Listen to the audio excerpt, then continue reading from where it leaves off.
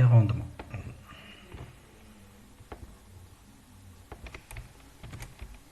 Alors, nous remarquons que les US Treasury Bills, par définition, ce sont des rendements juste qui sont en format nombre. Il y aura donc une conversion à faire plus tard. Nous ouvrons alors une feuille rendement. Nous commençons par reprendre le même tableau. Puis, nous convertissons en format pourcentage les US Treasury Bills pour commencer. Par 100. Pourcentage. Ensuite, comme le rendement par définition c'est proportionnel à la valeur antérieure, nous supprimons la première ligne. Ensuite, nous calculons de cette manière. P1 moins P0 sur P0. Ensuite, l'on généralise et l'on applique un format pourcentage.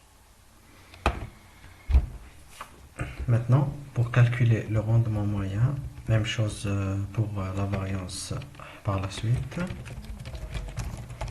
nous utiliserons la fonction indirecte qui nous donne la référence d'une cellule spécifiée.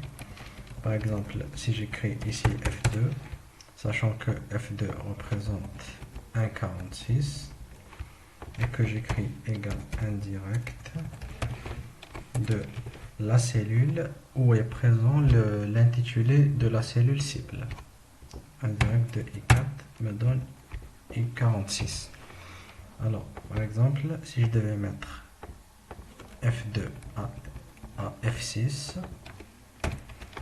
comme c'est une plage, ça devient un calcul matriciel égal indirect de 5. Et comme c'est un calcul matriciel, il va falloir faire CTRL SHIFT OK, pas seulement OK.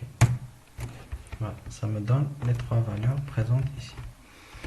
Donc, pour appliquer cette formule dans le calcul du rendement, il va nous falloir nommer les plages par l'intitulé lui-même.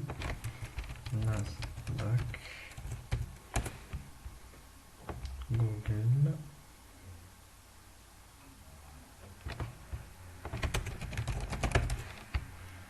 Netflix,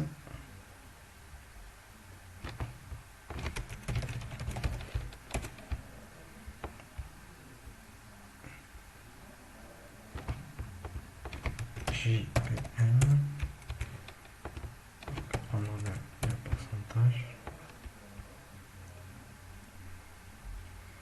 et on met US Treasury Bills. Ensuite, on recopie les mêmes intitulés en transposé puisque c'est un tableau de moyenne. 1, 2, 3, 4, 5. 3, 4 et 5. Collage spécial, transposé. Et voilà. Ensuite, nous ferons égal moyenne de indirect de égal moyenne de H2 indirect de H2 qui, alors comme le Nasdaq nous avons nommé avec la plage concernée, il calculera la moyenne de tous les nombres figurant sur cette plage. Voilà donc la moyenne de l'indice Nasdaq. Nous généralisons ensuite pour avoir les moyennes de tous les autres actifs. Bon, pourcentage.